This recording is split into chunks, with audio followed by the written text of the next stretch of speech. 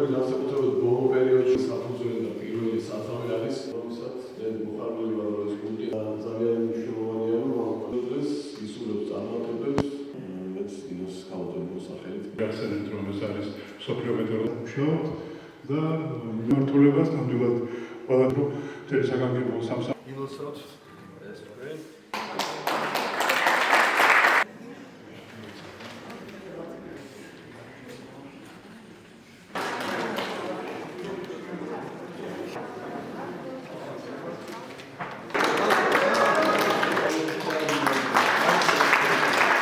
ყველას მინდა მიულოთ მსოფლიო მეტეოროლოგიის დღე. ჩვენ როგორც იცით, უკვე რამდენიმე ათეული წელია შეუერთდით ამ დღის აღნიშვნას.